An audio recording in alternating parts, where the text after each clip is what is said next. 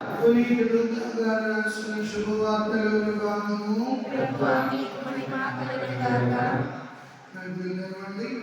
తొమ్మిదవ అధ్యాయము వచనములు 28 నుండి 36 వరకు. ఈ బోధనలు చేసిన పిదప దాదాపు 8 దినములకు పేతురు, యోహాను, యాకోబులను వెంటబెట్టుకుని ఆయన ప్రార్థన చేసుకున్నట్టుకై పర్వతముపైకి వెళ్ళెను. ప్రార్థన చేసుకునిచుండగా యేసు ముఖరూపము మార్పు చెందెను. ఆయన వస్త్రములు తెల్లగా ప్రకాశించెను. అప్పుడు 20 పురుషులు ఆయనతో సంభాషించుచుండిరి. వారు మోషే, ఏలియా వారు.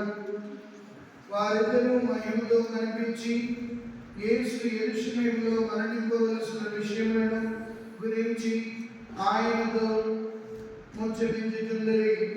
పేతురు అతని తోడువారును నిద్రమత్తులో ఉండిరి.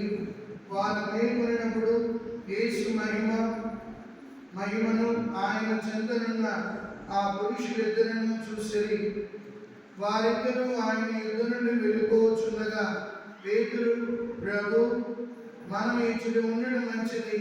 ఒకటి నీకు, ఒకటి మోషేకు, ఒకటి ఏలియాకు 3 పరమశాలను నిర్మించును అని తాను పలుకున్నది తనకే తెలియక మాట్లాడుచుండెను.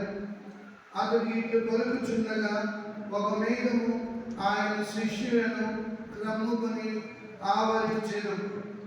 అప్పుడు వారు భయపడిరి.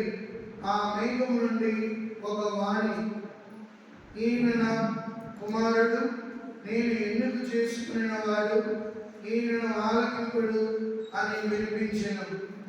ఆ వాణి వినిపించిన వెంబడ వారు యేసును మాత్రమే చూసిరి. శిష్యులు ఈ విషయమును ఎవరికీ చెప్పలేదు. ఇది క్రీస్తు సువిశేషము.